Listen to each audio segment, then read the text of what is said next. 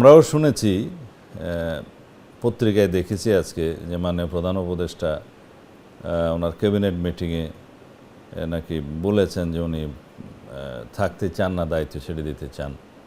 এটা আমরাও শুনেছি, পত্রিকায় দেখেছি, কিন্তু অফিসিয়াল কোনো সত্য মিথ্যা আমরা এটা জানি না। অফিসিয়ালি বিষয় হচ্ছে আমরা একটা রোড ম্যাপ চেয়েছিলাম, সারা জাতির আকাঙ্ক্ষা, ভোটাধিকারের জন্য, গণতন্ত্র ফিরিয়ে আনার জন্য যে 17 বছর আমরা স্ট্রাগল করেছি, সংগ্রাম করেছি, এই জাতি রক্ত দিয়েছে, তার বাস্তবায়নের জন্য তো একটা জাতীয় সংসদ নির্বাচন লাগবে।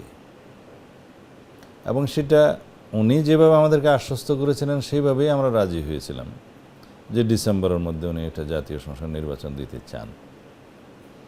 আমাদের দাবি তো আরও অনেক আগে ছিল যে আমরা এর আগে চাই। যমুনা স্মার্ট রেফ্রিজারেটর, স্মার্ট লাইফে স্মার্ট রেফ্রিজারেটর। কিন্তু ওনার উপদেষ্টা পরিষদের কয়েকজনের বক্তব্য এবং ওনার সরকারের মুখপাত্র হিসেবে প্রেস সচিবের বক্তব্যে বিভিন্ন সময় আমাদের মনে হয়েছিল যে উনি এই বিষয়টা জাতির সামনে না বলে বিভিন্নভাবে বিভিন্ন রকমের বিভিন্ন পক্ষ দিয়ে এই বিষয়গুলো ঘোলাটে হচ্ছে, সেটা আমরা বুঝতে পেরে ওনার সাথে আবার আমরা সাক্ষাৎ করেছি দলীয়ভাবে। কিন্তু উনি আমাদেরকে হতাশ করেছেন। উনি তখনও ওনার বক্তব্য থেকে উনি সরেন নাই। ডিসেম্বর থেকে আগামী বছরের জুনের মধ্যে উনি ইলেকশন দিতে চান, এই বক্তব্য উনি অনর। কিন্তু এর পরবর্তীতে আমরা বলেছি যে আমাদের করণীয় আমরা নির্ধারণ করব, আমরা ওনার বক্তব্যে সন্তুষ্ট নই। এর পরবর্তীতে দেখলাম জাতীয় নিরাপত্তা উপদেষ্টার কিছু পদক্ষেপ, কিছু কর্মকাণ্ডে কিছু বিতর্কের সৃষ্টি হয়েছে এবং জাতীয় নিরাপত্তা সংশ্লিষ্ট কিছু বক্তব্য এবং পদক্ষেপ পররাষ্ট্র উপদেষ্টার এবং জাতীয় নিরাপত্তা উপদেষ্টার, তাতে আমরা শঙ্কিত হয়ে পড়ি যে বাংলাদেশের মানবিক করিডোর নামে, রোহিঙ্গা করিডোর নামে যদি কোনো সিদ্ধান্ত নেওয়া হয়, সমগ্র জাতিকে অন্ধকারে রেখে এবং জনগণের প্রতিনিধিত্ব করে যারা সে সমস্ত রাজনৈতিক দলের সাথে কোনো কথা না বলে এই পদক্ষেপ গৃহীত হলে আমরা শঙ্কিত হয়েছি এই জন্য যে বাংলাদেশে একটা যুদ্ধ পরিস্থিতি সৃষ্টি হতে পারে, একটা অনাহূত অনাকাঙ্ক্ষিত যুদ্ধ ক্ষেত্র সৃষ্টি হতে পারে বাংলাদেশে। তো সেই জন্য আমরা এটার বিরোধিতা করে আমাদের দলের পক্ষ থেকে আমরা প্রতিক্রিয়া জানিয়েছি। চট্টগ্রাম বন্দর এটা আমাদের জাতীয় নিরাপত্তার সাথেও জড়িত এবং জাতীয় স্বার্থের সাথে, ব্যবসায়িক স্বার্থ, বিভিন্ন বাণিজ্যিক স্বার্থের সাথে আমাদের জড়িত। এই বিষয়গুলো একটা অনির্বাচিত সরকার, একটা অন্তর্বর্তীকালীন অস্থায়ী সরকার সিদ্ধান্ত নিতে পারে না, সেটা ছিল আমাদের বক্তব্য। এবং রোডম্যাপ, করিডোর এবং পোর্ট, এই সমস্ত বিষয়গুলো নিয়ে আপনি যেভাবে বললেন যে সেনা প্রধান তার অফিসারদের একটা দরবারে এই সমস্ত বিষয়ে তার মতামত ব্যক্ত করেছেন। এখানে ইন্টারেস্টিং হলো সেনাবাহিনী গণতন্ত্র উত্তরণের জন্য বারবার তাগাদা দিচ্ছেন নির্বাচনের জন্য, আর সিভিল গভর্নমেন্ট হিসাবে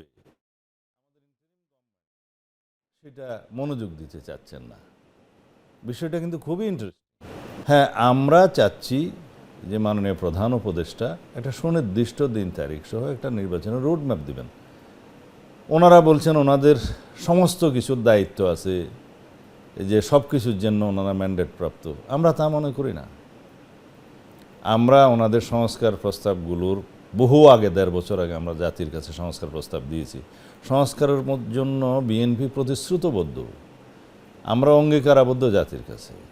এবং সেই সংস্কার প্রস্তাবগুলোর বিবেচনার জন্য যে কমিশনগুলো করা হয়েছে, এখন জাতীয় ঐক্যমত্য কমিশন করা হয়েছে, আপনারা দেখেছেন যে পরপর 3 দিন সারা দিন আমরা আলোচনা করেছি সংস্কার প্রস্তাবগুলো নিয়ে।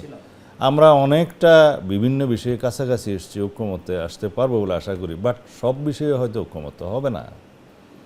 তো সংস্কার তো আমাদেরই দাবি, বিএনপিরই দাবি। দ্বিতীয় থাকলো বিচার। আমরা বিচার কার্য ত্বরান্বিত করার জন্য সরকারকে বহু আগে থেকে বলছি, আপনারা ট্রাইব্যুনালের সংখ্যা বাড়ান, লজিস্টিক বাড়ান, প্রসিকিউশন টিম বাড়ান, তদন্ত টিম বাড়ান, এবং প্রয়োজনীয় সমস্ত লোকবল থেকে শুরু করে সব কিছু বাড়ান এবং আপনারা আন্তর্জাতিক মানের একটা বিচার করার জন্য, যেটা দেশে বিদেশে কোনো সমালোচনা না হয়, সেরকম বিচার করার জন্য যা যা করা দরকার আপনারা করেন। কিন্তু আজ পর্যন্ত আমরা সেটা লক্ষ্য করি নাই। কিছুদিন আগে কেবল একটা দ্বিতীয় ট্রাইব্যুনালের ওনারা ফরমেশন করেছেন, কিন্তু ইট ইজ টু লেট। আমরা এটা অনেক আগে থেকে আওয়াজ তুলেছিলাম।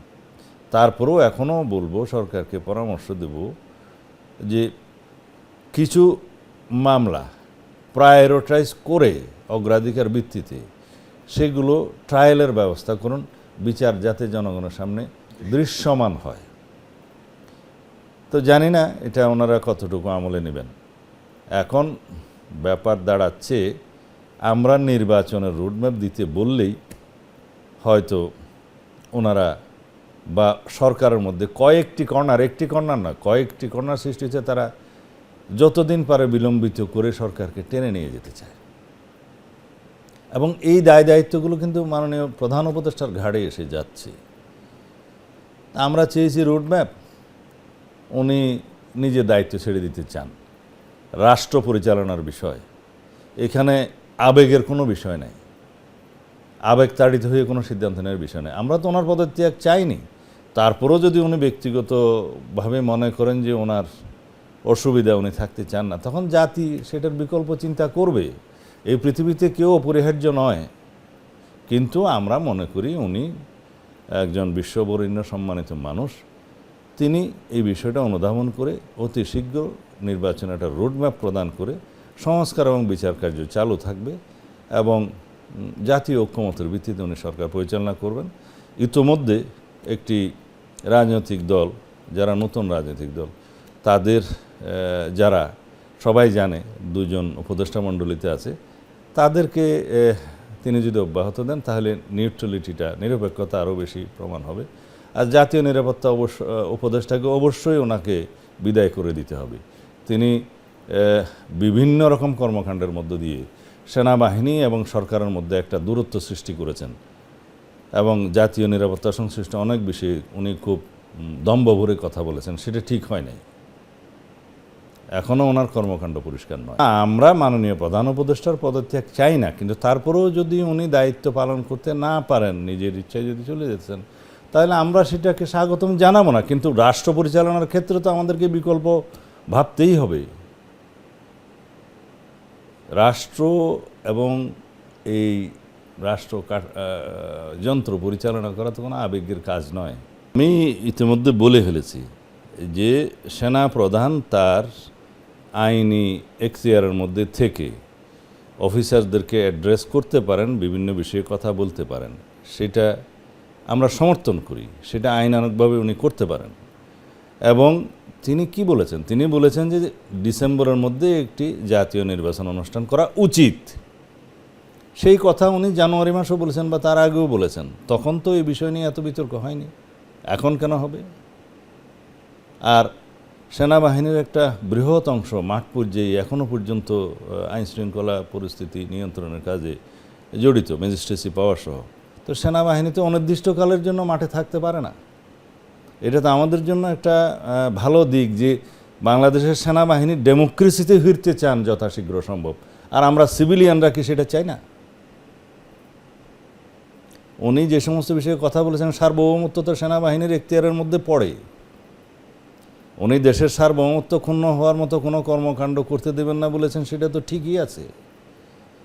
যেই করিডোর, মানবিক করিডোর বা রোহিঙ্গা করিডোর নিয়ে আমরা কথা বলছি, সেই করিডোর নিয়ে প্রায় সবাই একমত যে এই করিডোরের প্রদানের মধ্য দিয়ে বাংলাদেশ একটা অনাকাঙ্ক্ষিত যুদ্ধ পরিস্থিতির মধ্যে পড়ে যেতে পারে। সেখানে আমরা কেন যাব? আর সেনাবাহিনীর কোনো মতামত নেওয়া উচিত ছিল না আগে এই বিষয়ে? তো সেটা উনি বলেছেন। আর বন্দর সাথে জাতীয় স্বার্থ এবং নিরাপত্তা দুটোই জড়িত, এই কথা উনি বলেছেন। আমরা ওনার বক্তব্যকে এই বিষয়গুলোতে সমর্থন করি।